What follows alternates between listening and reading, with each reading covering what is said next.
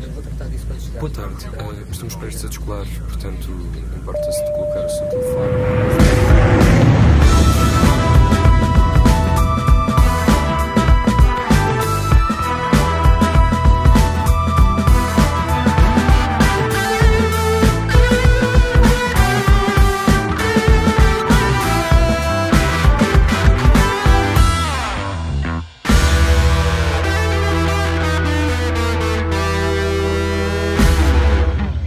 Modo Avião, o podcast de Diogo Macau. O meu convidado tem 51 anos, é um homem que tem assertividade, transparência, trabalha com a área do desenvolvimento, primeiro coach de língua oficial portuguesa, a trabalhar com Tony Robbins, recusa-se a ser considerado um guru, define-se antes como um caminhante, um peregrino da vida em busca de um sentido e um propósito. A vida, a natureza pregou-lhe uma grande fragilidade no seu trajeto e isso fez-lhe com que tivesse de fazer um restart na sua vida.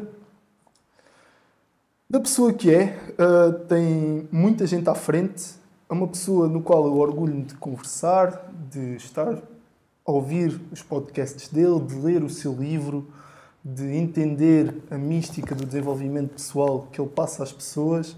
Jorge Coutinho, muito obrigado, Jorge. Obrigado, Felipe. Obrigado pelo teu convite, é um gosto enorme estar aqui. Estávamos aqui a falar antes e é verdade, um homem para passar o mesmo rio quase que é cometer novamente o mesmo erro e ir atrás do mesmo erro. Há coisas na vida que errar é humano, mas errar duas vezes já não sei se chega a ser humano. Continua a ser humano, só que é uma decisão. Quando tu erras uma vez, tem a ver com uma ação. Há muito aquela frase que nós aprendemos a errar, que é certa e é incerta. Porquê? Porque tu não aprendes a errar, tu aprendes com a ação que levou ao erro.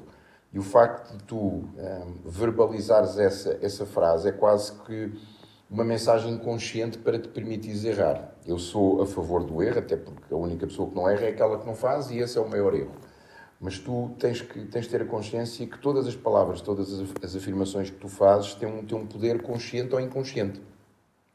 E quando tu dizes, errar é que eu aprendo, tu de alguma forma, se aquilo que tu procuras é aprender, então tu estás a condicionar a tua mente para errar. Se tu verbalizares, é fazer é que eu aprendo, e que é um facto, não é? Nós aprendemos e enquanto crianças é o nosso maior desenvolvimento é realizar, não é? E por isso é que cada vez mais nós, enquanto seres humanos, é na consciência entre a ação e o conhecimento que tu aprendes, porque conhecimento sem ação não é nada. A ação sem o conhecimento certo, lá está, leva-te a uma série de tentativa e erro. Agora, quando tu, de facto, fazes, vais ter um resultado. E esse resultado pode ser um certo ou pode ser um errado. E se tu olhares para aquilo que te levou ao erro, tu vais aprender. Se tu errares para aquilo que te levou ao certo, tu vais melhorar.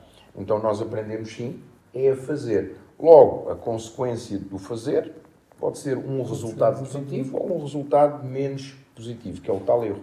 Portanto, errar continua a ser humano se tu o fizeres a segunda vez. Agora, continuas a decidir de forma errada, provavelmente a focar-te em algo que não te traz aprendizagem, porque se tu errares, ganhas a consciência, não, espera, deixa-me parar, deixa-me ver o que é que me trouxe até o erro, que ações, que decisões, que estratégias, e se aprenderes com ela a próxima vez que fores agir, minimizas a tua possibilidade de tu errar. Incrível. Eu nunca comprei nenhum livro, Jorge, vou-te ser sincero. Sério? Nunca comprei nenhum livro. Foi o primeiro livro que eu comprei na minha vida. Todos os livros que eu li deram. Espero que compres muito mais a partir de agora. Eu sou muito adepto do podcast, porque eu escutar. na palavra, ao escutar, eu ouço o sentimento que a pessoa está a transmitir do outro lado. Eu sou muito fã do podcast, da voz, e não tanto do livro. Mas também gosto muito do livro, e é a minha companhia também nos momentos de solidão. E não só. E este livro consegue reunir o melhor lado do desenvolvimento pessoal e consegue reunir... É um livro prático e objetivo para quem quer desenvolver na sua vida e desbloquear certas coisas.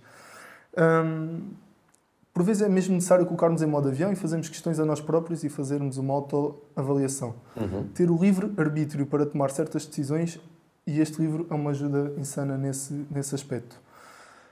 Essa busca levou a criar o hashtag Belegendary. Belegendary.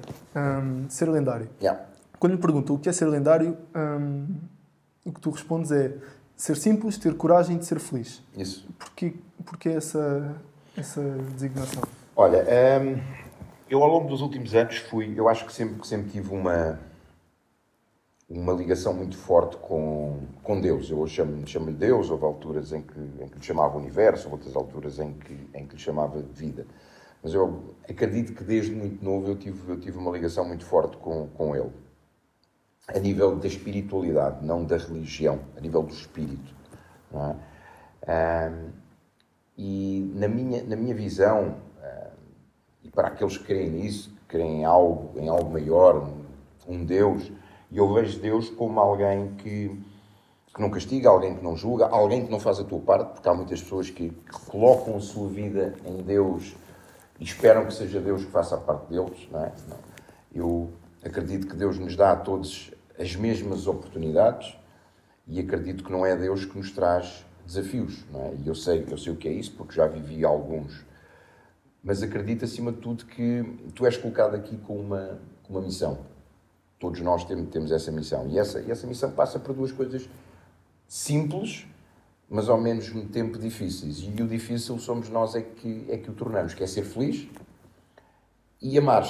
Não é? Grande parte de nós deposita a felicidade em algo externo, em algo que tu não controlas, em dinheiro que tu tens, no carro que tu tens, nas roupas que tens, na mulher ou no marido que tens, porque esperas que ele te faça feliz, esperas que ele te traga algo que tu não tens, em seres reconhecido, em seres aceito, ou seja, fica muito externo. Eu não estou a dizer que tu não procures carros, eu tenho um carro que adoro, gosto de roupas, gosto de ténis, gosto de relógios, gosto de ir a bons restaurantes, mas hoje, já não, nem sempre fui assim, hoje a minha felicidade não depende disso. Tu tens que criar a tua felicidade independentemente de tudo isso, porque só assim é que tu vais ser feliz. Então, para mim, ser lendário é isso mesmo, é tu teres a coragem de desafiares, porque hoje em dia a sociedade coloca-nos uma série de rótulos, até os próprios anúncios, o marketing quase que condicionam a tua felicidade a tu teres este carro, a tu teres aquela casa, a tu usares aqueles ténis, a tu usares aquele relógio. Alicia, de certa forma... Isso faz tu teres um determinado estilo e tu tens que encontrar o teu estilo. Mais uma vez, não sou hoje apegado a coisas, mas gosto de ter coisas. Okay? Mas não faço a minha felicidade, o meu bem-estar, o meu valor depender dessas coisas. Já o fiz.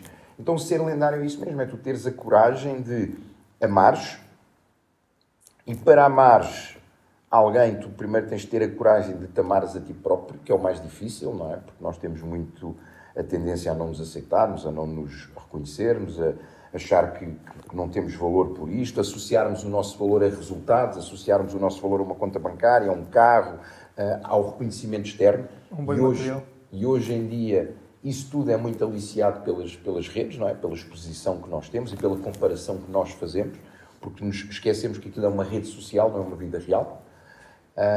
Então tu conseguires encontrar essa tua identidade, tu criares essa tua identidade independentemente de tudo e entenderes que ter a coragem de ser feliz não é tu viveres dias consecutivos, semanas consecutivas, meses de felicidade, porque há alturas em que tu vais atravessar desertos, há alturas em que tu vais ter dias maus, há alturas em que tu não vais, embora saibas a teoria toda, não a vais conseguir colocar em prática, e isso também é ser feliz, porque ao fim e ao cabo a felicidade é quase como o teu batimento cardíaco, não é? Muitas vezes nós queremos que a nossa vida seja uma coisa plana, linear, não é? Mas quando a nossa vida é linear, quando tens o flatline é quando tu morres, não é? Se tu olhares para o nosso batimento, ele faz isto. E a felicidade, a vida é isto. Há dias em que estás aqui, há dias em que vês aqui. Ou seja, quando estás aqui em cima, aprecia porque vai passar. Quando estás aqui em baixo, aprende porque também vai passar. Então é isso. Ser lendário é isso. É tu teres a coragem de criares a tua felicidade dentro daquilo que felicidade significa para ti. Não é para mim, não é para a sociedade, não é para a tua família, não é para as pessoas que estão à tua volta, é para ti. Claro que sim. Isso é uma visão muito interessante, que perceber que a felicidade não é não é ser sempre constante, estar sempre feliz. Vai haver sempre altos e baixos e se calhar nos baixos que vamos dar valor quando estamos felizes lá em cima. Porque a vida, se fosse sempre feliz, era uma seca, meu. É mesmo. Tu acordaste todos os dias, sabes que tudo vai correr bem, que tudo vai ser à tua maneira, que tudo vai... era uma seca. Até podia ser giro um dia, uma semana, um mês, um ano, mas ao fim, perdi a graça. Claro que sim. Jorge, qual é a sensação de ser coach do Tony Robbins? Como é que isso surgiu? Como é que a coisa aconteceu? Surgiu, ou seja, eu cruzo-me com o Tony em 2007 como participante num evento dele. Eu faço esse evento. No último evento eu compro um produto que ele tem, que é a Mastery University, que são 3 eventos, e dentro desses 3 eventos tens um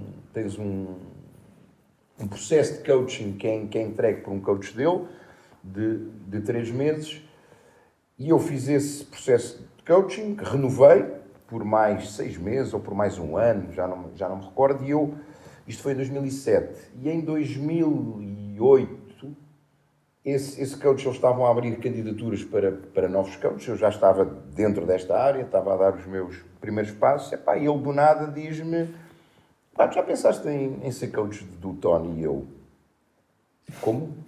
Em ser coach do Tony? Sim, tens isto, tu falas português, falas inglês, falas espanhol, nós estamos a expandir para novos mercados, não temos ninguém que fale essas línguas que tu falas, tens valor, e eu não. Ou seja, ele viu algo em mim que eu não estava a ver. Não é? Quando é assim ainda é melhor, não é? E foi por acaso, foi sorte, não é? Porque a gente foi sorte não, mas depois olhando eu fiz uma série de escolhas que me levaram até ali. Caminharam-te até... E eu candidatei-me, curiosamente, na primeira vez eu não fui aceito, e eu conto esta história na minha certificação, logo ao início, que é para também contextualizar os meus alunos que estão ali, e eu não fui aceito por medo. Eu normalmente sempre fui de incerteza, de arriscar. E curiosamente eu senti o peso da responsabilidade naquela altura. Estou num ambiente de Tony Robbins, eu sou um gajo de Portugal, meu. O que é que Portugal é ao pé dos Estados Unidos? Quem é que eu sou ao pé de todas estas pessoas que estão aqui? Eu autolimitei-me com o peso da responsabilidade. E então, não participava, não ficava tipo behind the scenes, com medo de errar, com medo de falhar. E no final eles chamam-me à parte e dizem: olha, Jorge, nós não vimos, até acreditamos que tu tens todo o potencial, mas tu não... Eles têm um lema lá que é o step up, ou seja, tu não deste um passo em frente, tu não deste um passo de fé. E eu fiz uma coisa que naquela altura não era muito normal, que foi pedir feedback.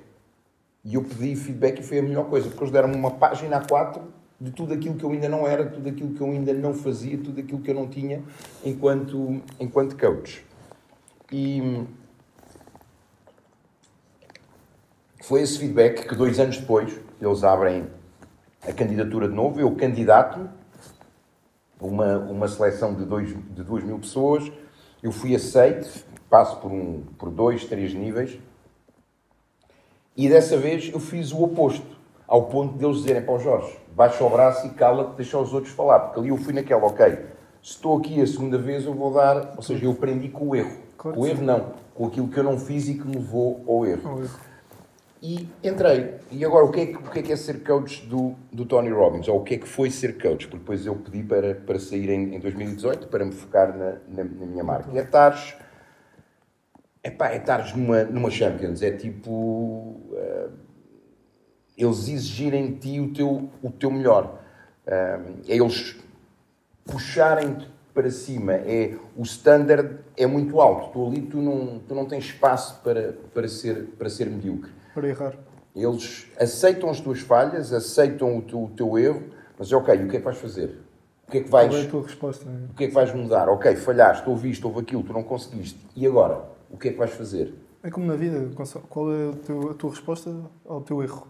Portanto, é um peer group, é um grupo de influência com standards muito elevados que te fazem crescer. Jorge, hoje em dia, como é que está a tua saúde mental? De 0 a 10 diria que eu não gosto de dar 10. De De 0 a 10 eu diria que está num 9, num 8. Se calhar num dia menos bom está num 8, num dia normal está num 9. Porquê? Porque não só eu leio, eu estudo todos os dias, eu tenho os meus hábitos de manhã que passam por uma parte espiritual, que passam por uma parte mental, que passam por uma parte emocional, onde eu me treino todos os dias. Além disso, eu continuo a ter um coach, além disso, eu continuo a ter mentores, e além disso, eu há 17 anos que faço terapia. Hoje, com menos intensidade do que já fiz, mas a cada mês, a cada 2 meses, no máximo a cada 3 meses, eu sento-me e falo com alguém do lado de lá que muitas vezes apenas... É uma conversa que é apenas uma escuta, carga. não é? Às vezes é só isso mesmo que é preciso na vida, alguém ali do outro lado a escutar. Portanto, para mim hoje, e com 51 anos, sabes que eu há 2 anos atrás, quando estava prestes a fazer 50 anos, eu agora estou prestes a fazer, quando estamos a gravar, estou prestes a fazer dentro de 2 meses, mais ou menos, faço 52 anos, e eu há 2 anos atrás, eu parei, entre aspas, mas eu durante 3 meses antes de completar os meus 50 anos, eu todos os dias pensava, onde é que eu quero estar daqui a 10 anos? Eu estava numa forma física relativamente boa, portanto, eu naquela altura fazia maratona, tinha acabado, ou estava a treinar para um Ironman, já não me recordo, alimentava-me bem, já estava, ou seja, numa forma física e mental boa, mas existe sempre um próximo nível, não é? E eu vivo uma vida muito intensa, diariamente, a minha agenda é preenchida porque eu escolho assim, é a vida que eu escolhi, é o difícil que eu escolhi viver. Mas é lógico que a tua curva de energia, a tua curva de vitalidade, com a idade, a tendência é que ela deixa. Agora, eu quero ter a mesma energia, a mesma saúde, a mesma vitalidade com os meus 60 anos, com os meus 70 anos. Teres longevidade. Isso. Então, aquilo que eu entendi foi que eu preciso de cuidar cada vez mais de mim. E então existem 4 pilares que eu... quer nos meus cursos, quer em tudo aquilo que eu entrego, defendo e faço por viver e transmitir aos outros que vivam, que é o físico, emocional, mental e espiritual. Se tu estiveres em harmonia e trabalhares estes 4 pilares, a tua vida vai... prolongar mais, inevitavelmente. Inevitavelmente, ou seja, aquilo que depende de ti. É lógico que tu não evitas um acidente, é lógico que tu não evitas uma doença que tu não possas... de alguma forma controlar... Mas estás mais longe da headline. Mas estás mais longe, não é? E, portanto, uma das minhas prioridades é, sem dúvida nenhuma, a minha saúde mental. É por isso que eu tenho cerca de 60 dias a 70 dias de férias por ano, em vez dos 22 dias. Ou seja, eu paro cada mês, 2, 3 dias, paro cada 3 meses, 8, 7 dias, 10 dias.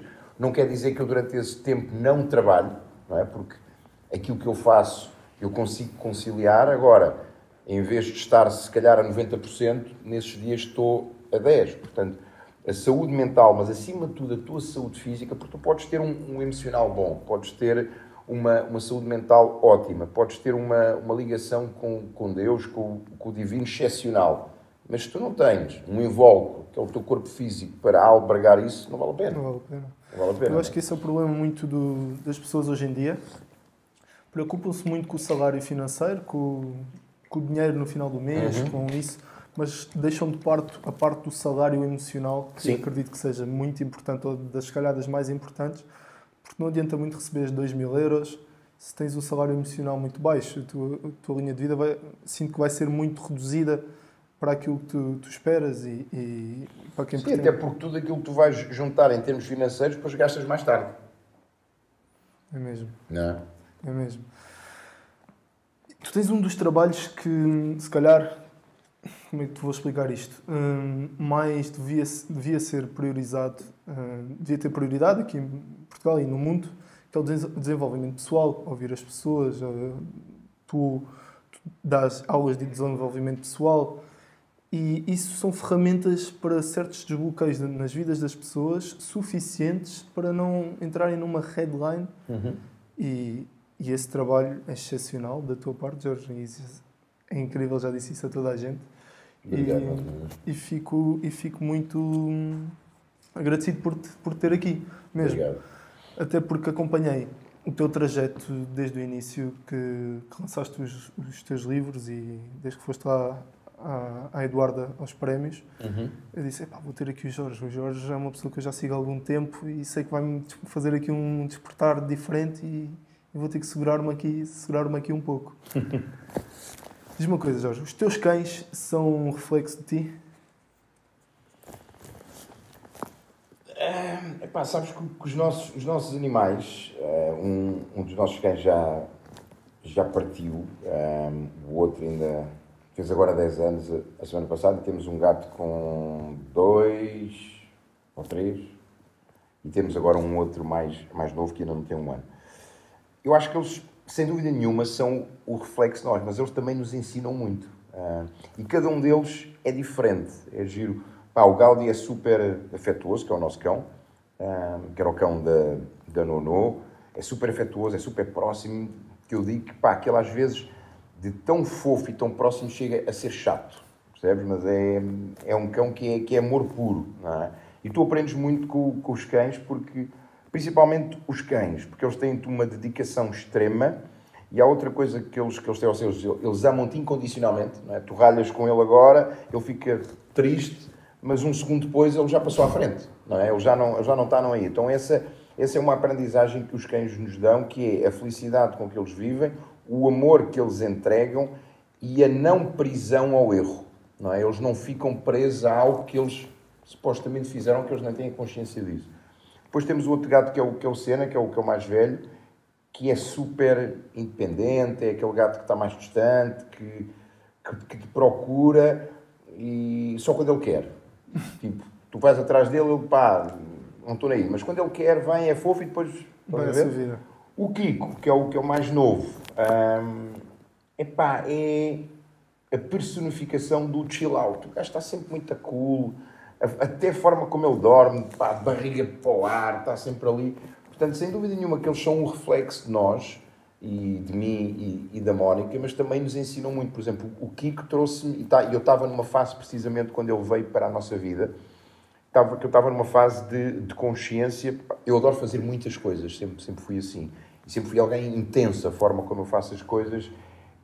Mas lá está, esta fase de consciência desta nova década, de 50 anos, onde é que eu quero chegar, eu ganhei consciência que eu quero fazer menos coisas, fazê-las melhor e fazê-las com mais profundidade, trocar a intensidade por profundidade. E o Kiko mostra isso mesmo, que é aquele... ele está sempre cool, está sempre bem, ele ali muito calmo, muito tranquilo. Portanto, acho que, sem dúvida nenhuma, que eles são o reflexo da nossa personalidade, mas eles conseguem amplificar isso e trazer novos ensinamentos à nossa vida. Sem dúvida, também sou suspeito, porque tenho uma cadela que me ajudou bastante quando perdi a minha avó sozinha em casa, nos meus braços, e tive que ir buscar forças a alguém que só me escutasse e estivesse ali, e a cadela.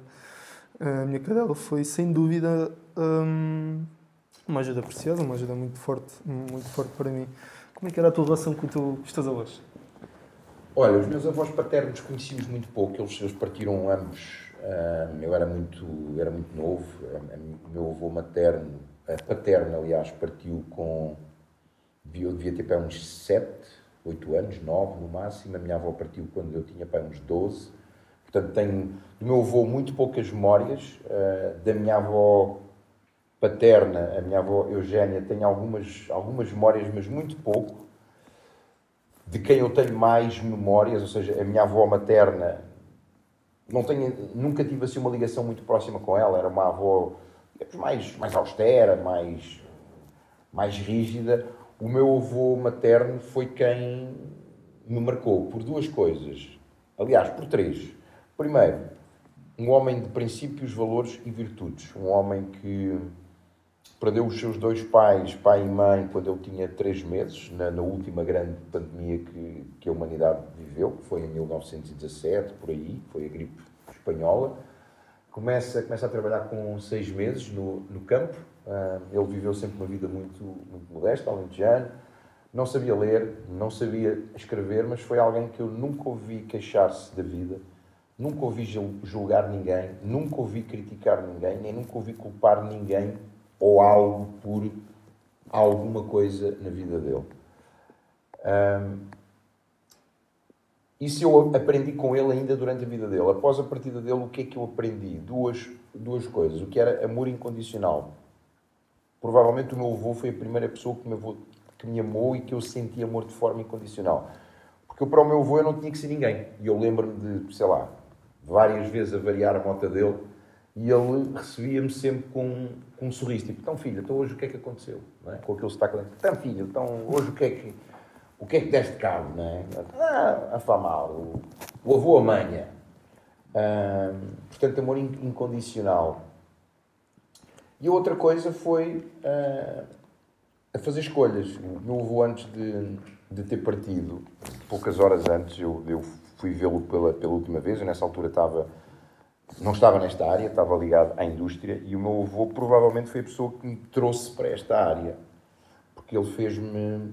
Não sei onde é que ele foi buscar aquela questão, mas ele fez-me lembrar daquilo que muitas vezes nós nos esquecemos, que é o nosso sonho. Quem é que eu queria ser quando eu fosse grande? Não é? Eu, quando era amigo, eu queria ser médico. Eu queria ser cirurgião porque queria curar pessoas, queria ajudar pessoas. Mas, às vezes, os nossos pais têm outras ideias, têm outros sonhos, querem que nós, de alguma forma, tornemos realidade os sonhos que eles nunca viveram. E o meu pai tinha um sonho para ele, que nunca conseguiu viver, que era ser licenciado, que geriu a sua empresa, mas nunca conseguiu ter a licenciatura. Então queria que eu fosse licenciado e que gerisse a empresa que ele tinha criado. E o meu avô, poucas horas antes dele ter morrido, ele fez-me uma questão. Portanto, ele estava num estado de semicoma. Eu não sei de onde é que aquela questão veio, se calhar foi Deus que lhe deu. Ele olhou-me nos olhos num momento de clareza que ele teve e disse-me: filho, estás a viver a vida que tu queres viver ou estás a viver a vida que os outros querem que tu vivas? E aquilo foi um murro no estômago e fez-me ver que eu estava a viver a vida que o meu pai queria que eu vivesse e não a vida que eu queria viver. Pô, forte. E isto foi em 2005 ainda, não é? E eu só faço a mudança depois em 2007. Mas as questões são como as sementes, não é? Quando elas são colocadas e quando tu as aceitas, elas vão germinar. E ela ficou em mim, foi isso que me fez depois chegar ao coaching, ao Tony, e em 2007 decidir vir. Aos poucos foi fazendo sentido a questão do teu avô. Sim. Até porque eu naquela altura já não me recordava sequer do sonho, tinha ficado lá atrás. Mas sei que é uma frase que te persegue para a tua vida e cada vez vai fazendo mais sentido. Todo. Porque eu acho que é com os avós, querendo ou não, o Ricardo Araújo Pereira disse numa entrevista: os avós é um amor incondicional como nunca na vida iremos receber. Porque os avós não têm nada a perder connosco. Então têm o amor maior para nos dar enquanto estão vivos e é da maior pureza que iremos ter em vida. Jorge, diz-me o que é que o teu avô e a nonô te ensinaram, mas que nunca te disseram.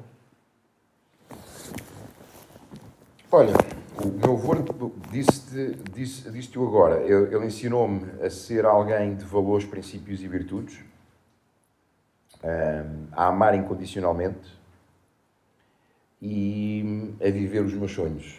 Isso foi o legado que o meu avô me deixou. Pá, não ensinou-me tanta coisa. Compaixão, perdão, amor incondicional, mais uma vez, a amar aquilo que tu não queres amar, a perdoar aquilo que tu não queres perdoar, a ser feliz, a procurar a felicidade, porque a Nono, durante os vários processos de quimio que ela viveu, e alguns foram bastante fortes, bastante duros, ela não abria mão da felicidade. Ela, de qualquer forma, em qualquer momento, ela procurava a felicidade, procurava criar a felicidade dela. E a Nono talvez me tenha ensinado a esta coisa que eu hoje vivo muito, que é o legado, não é? A Nono deixou a todos aqueles que a conheceram de uma forma virtual pelas redes ou de uma forma física, a deixar algo, não é? E todas as crianças têm essa capacidade, porque elas vivem a vida. Para a Nonô, ela nunca se perguntou porque é que eu tinha cancro, não é? Porque para uma criança tudo é normal. E mais uma vez, olhando para aquilo que eu acredito hoje, que nós temos esta missão de amar e de sermos felizes, a Nonô fez isso. E por isso é que ela tocou tantas pessoas.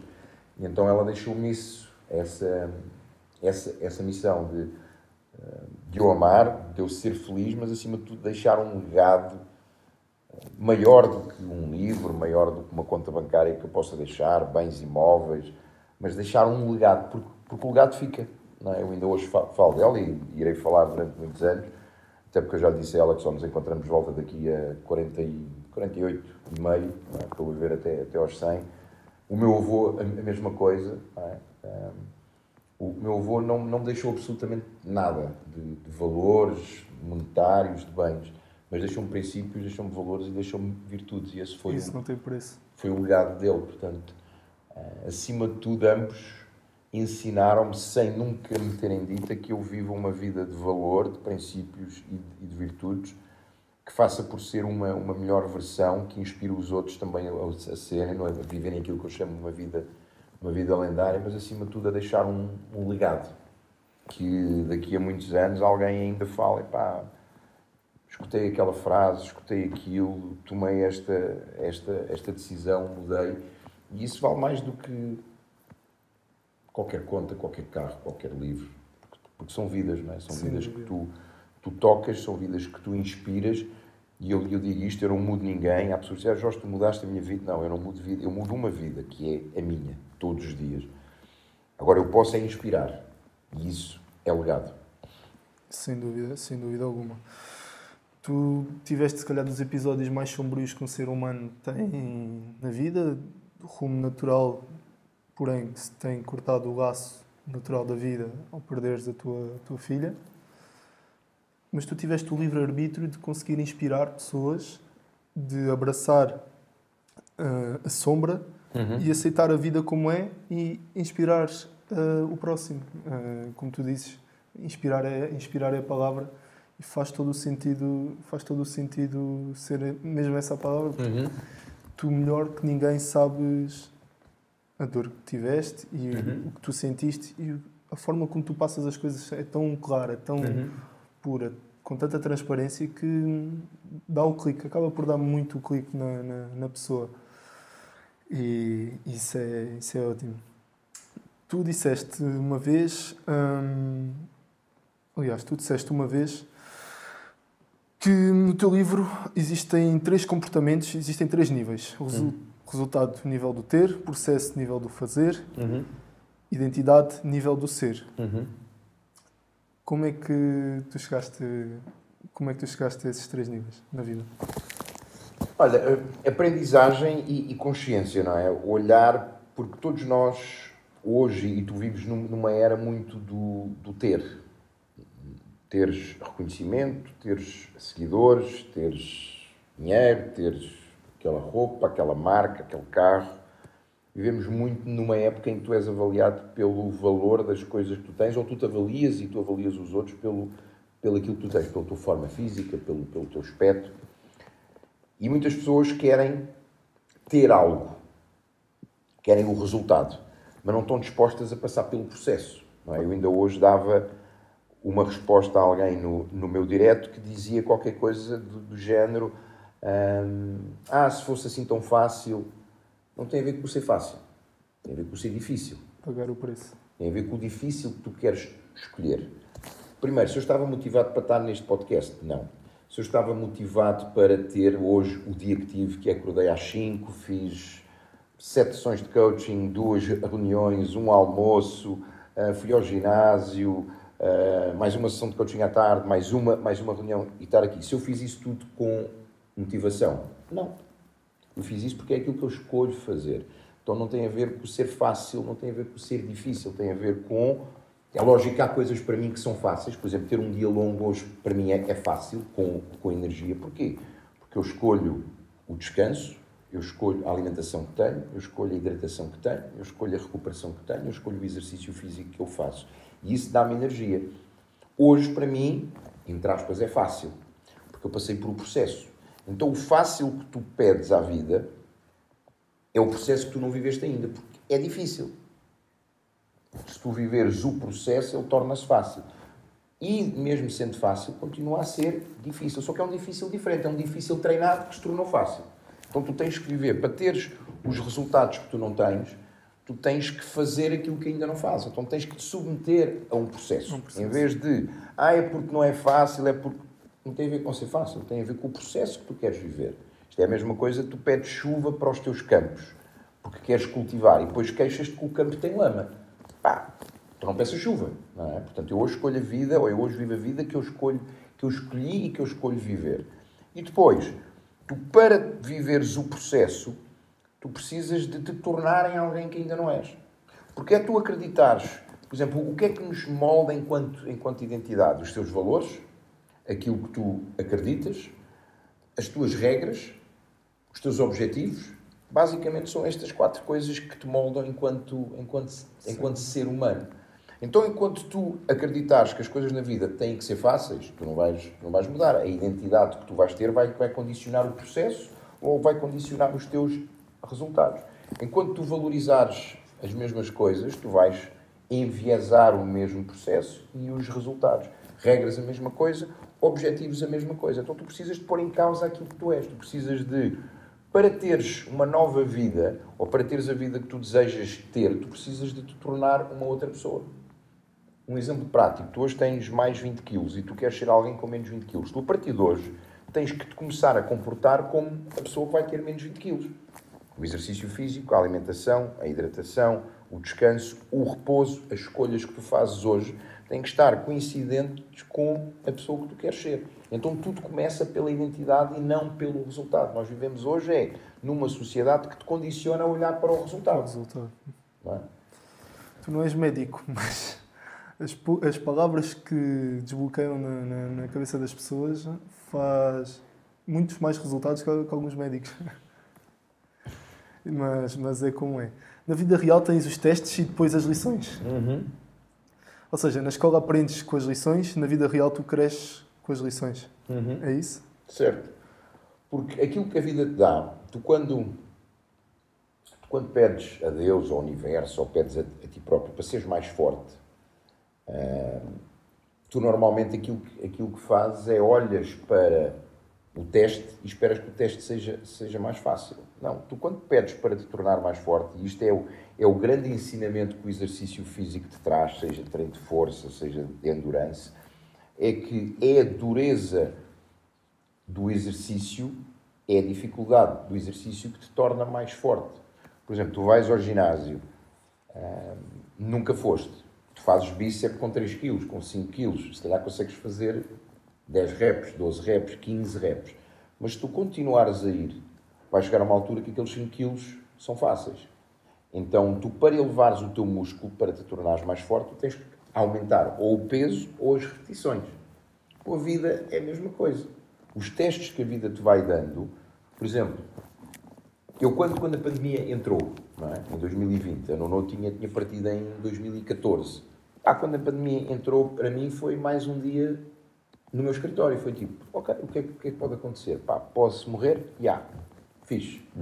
Posso perder tudo? Fixe. Porquê? Aquilo que eu tinha vivido já, comparado com aquilo que eu podia viver, ou seja, o teste que eu já tinha vivido e que eu tinha passado, comparado com o novo teste, para mim era normal. Para muitas pessoas, não. A pandemia foi tipo o fim do mundo, não é? Porquê? Porque nunca tinha passado por um teste tão duro. Então, os testes que tu passas vão criando músculo ao nível da resiliência, ao nível da tua mentalidade, ao nível das tuas emoções, ao nível daquilo que tu és e daquilo que tu te tornas. Sem dúvida alguma. Então entenderes que o desafio que tu estás a viver, se tu não consegues lidar com ele, é porque neste momento és fraco. E fraco é algo positivo, significa que tu vais ter que crescer. Não é? Eu no último ano e meio, portanto, eu era atleta amador de endurance, fazia maratonas, estava em treino para um Ironman completo. Eu tinha menos 13 quilos do que tenho hoje. de massa muscular. Mas estás bem. Não é? Hoje, eu ganhei este peso como? Não foi pela facilidade. Foi a treinar 5 vezes, pelo menos, por semana, a alimentar melhor, a suplementar melhor, a dormir melhor. O facto de seres constante traz resultados. Agora, o teste aumenta, o peso foi aumentando. Os resultados vão aparecendo. E é por isso é que o músculo cresce. Então, o músculo emocional, o músculo mental, o músculo espiritual cresce pelo teste, seja ele qual for. Jorge, tinha aqui uma pergunta para te fazer. Nono tinha 2 anos? 4. 4 anos? 4. Desculpa. Quando foi diagnosticada 4. Como é que uma bebê de 4 anos tem o à vontade ou tem a tranquilidade, porque trouxe isto do podcast do Joel, porque assisti várias vezes, como já te disse, de trazer a praia para casa?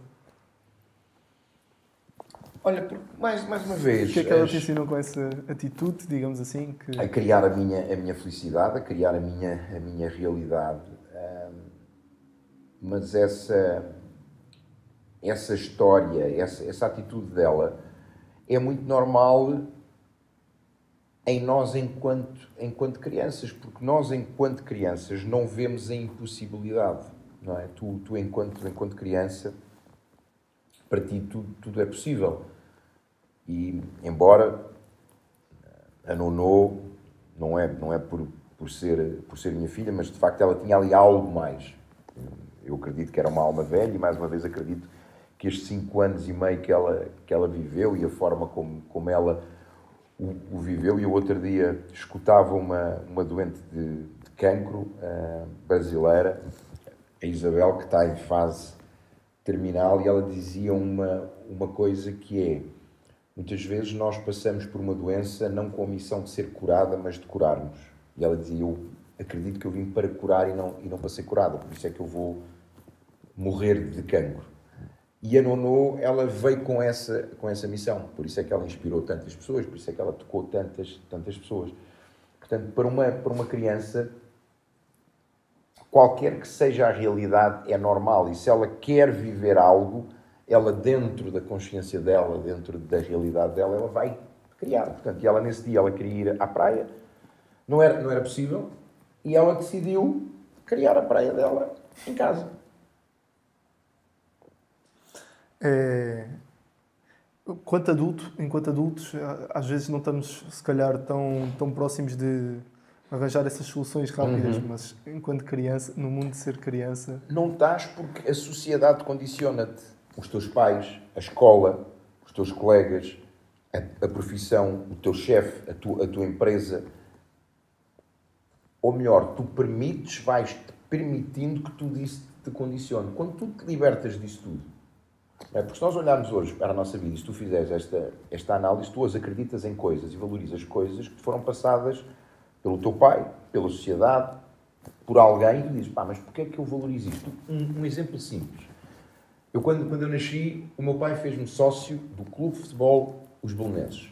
Eu nasci na ajuda, o estádio era mesmo ali ao lado, e o meu pai era sócio. Já joguei lá. Não é? Eu até achava alguma piada àquele clube, mas enquanto puto, tu vais ser de quem? De quem ganha. E na altura que eu era puto, o Benfica ganhava tudo e mais um par de botas, não é? Depois veio a era do Porto, mas naquela altura ainda era a era das águias. E eu ali com 8, 9, 10, 11 anos decidi ser... eu quero ser Benfica. Para o meu pai foi: porque tu tens que ser Belém. Mas é um exemplo simples. Nós muitas vezes fazemos escolhas e mantemos escolhas na nossa vida que foram feitas por outras pessoas. Foram encaminhadas, não é? Sem dúvida. E é isso que te vai condicionar. O que é que tu recordas com mais saudade da tua juventude?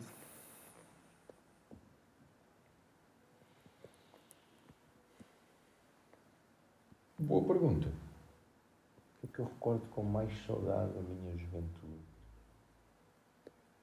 Olha, os tempos que passei com o meu avô.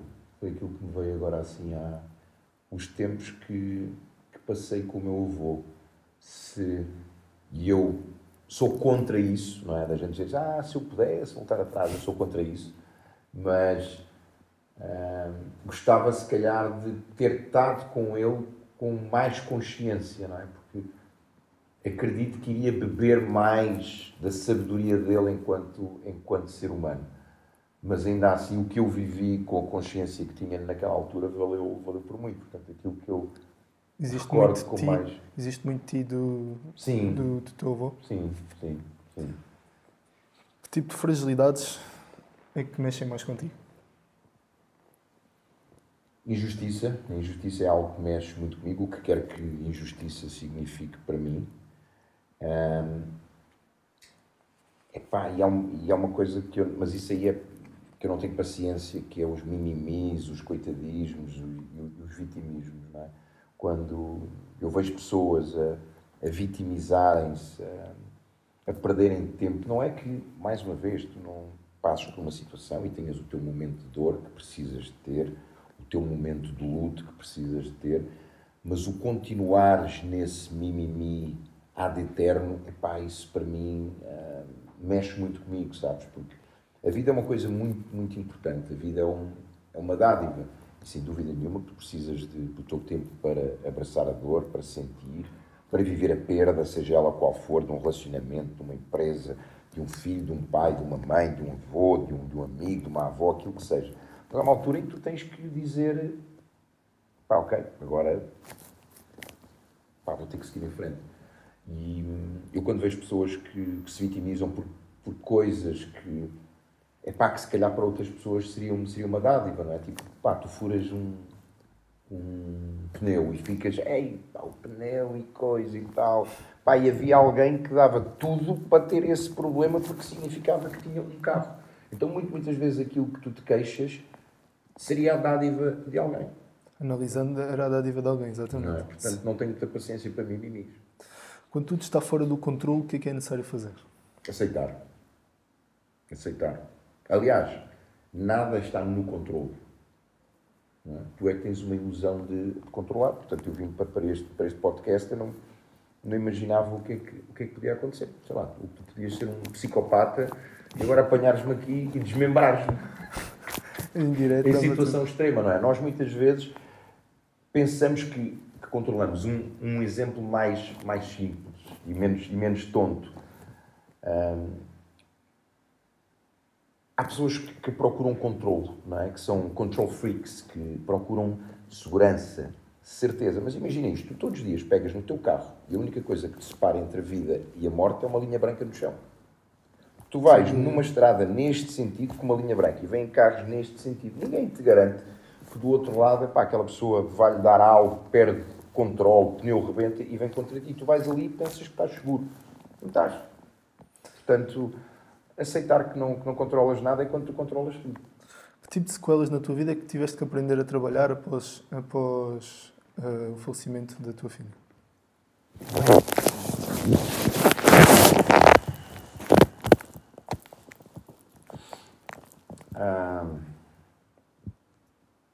Acho que a maior delas foi a perda. Habituar-me à perda e saber que nada é eterno. Tens uma ligação muito forte com Deus? Sim, hoje sim, cada vez mais. E encontras nele respostas que se calhar tu não tinhas aqui em vida?